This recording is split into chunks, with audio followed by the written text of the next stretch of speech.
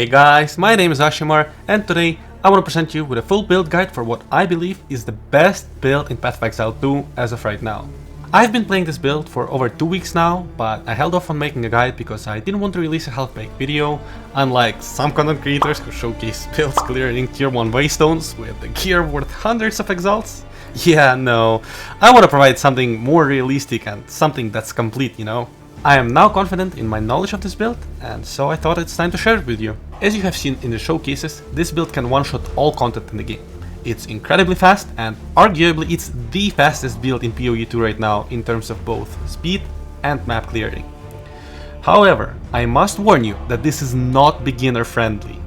This build requires specific key pieces that currently cost multiple divines.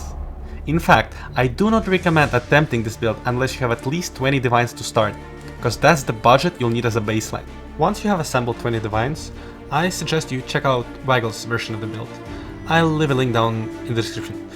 While I don't fully agree with his 3 choices, his starting gear guide is quite excellent. And further in the video, I'll explain my differences and why I think my choices are better. Now, with that out of the way, let's talk about how this build achieves its crazy damage. The key to this build is a unique item that's been gaining popularity: Hand of Wisdom and Action. This weapon, and I wanted to say weapon because it actually was a weapon in PoE 1, however in PoE 2 it's a glove. It's a glove slot, and it is incredibly strong because it provides a significant amount of flat damage to attacks, which would then scale through other means. But we actually don't stop there.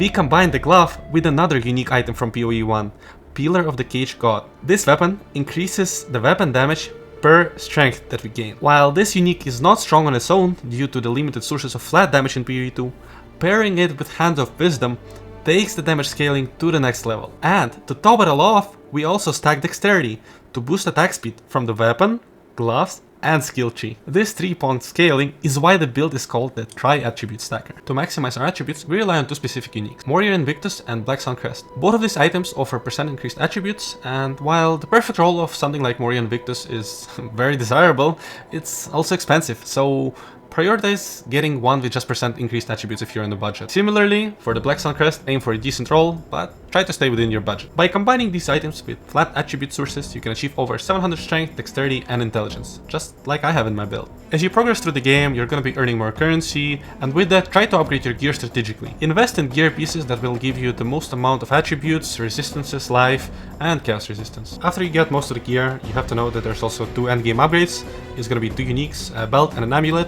The amulet is going to be Astromantis. It's the highest source of flat attributes, however it is also astronomically expensive. And honestly, I do not recommend going after that until you have at least all the rest of the gear done and it's just the perfect min-max slot. As for the belt, there's a unique boss drop from Ritual Boss. It's Ingenuity, and this belt basically doubles up on our rings. And since normally belts cannot roll attributes other than strength, this belt offers up to 240% more efficiency than any other belt, because it increases bonuses from our rings. As for Ascendancy, we choose Gembling Legionnaire because of its inherent synergy with attribute scaling. The fact that we can double up our attribute bonuses, and we have a lot of attributes, guess what? That's just kinda strong, you know? There's also a very underrated note that many players do not take, for reasons unknown to me. 30% less of cost of skills fixes any issues one might have with mana sustain and mana regen, especially because as your skill grows in level, they gain exponentially more cost. I don't know why, but PoE 2. And for these reasons, Gembling is the default choice for me. Oh, and well, on top of that, you also get 6% increased attributes and 14% quality of skills just as a bonus. And guess what? Quality is also very strong in this game.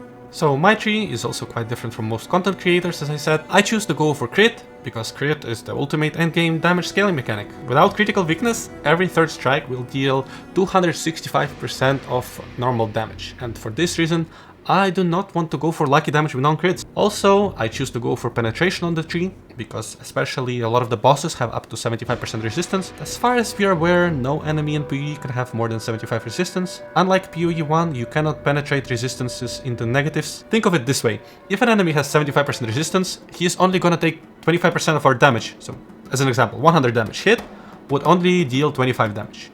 However, if our build has 75 penetration, this means that we can effectively ignore resistance and deal the full 100% of the damage, which means that we're dealing times 4 the damage than we normally would.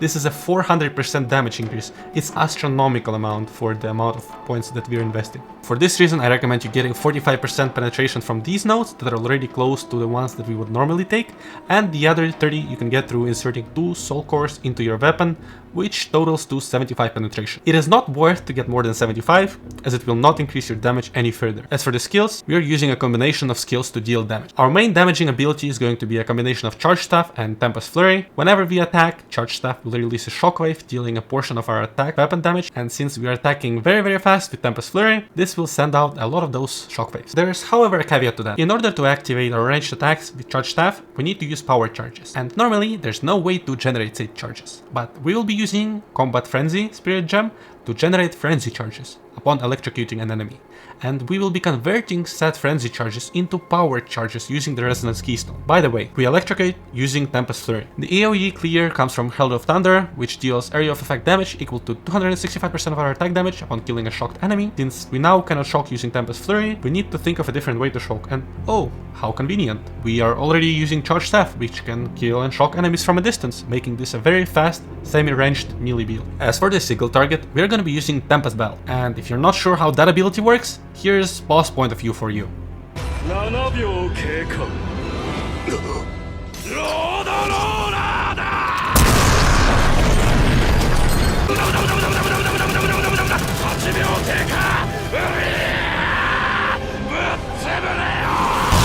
Each shockwave deals double our attack damage, so hitting the bell very fast to trigger shockwaves becomes our priority.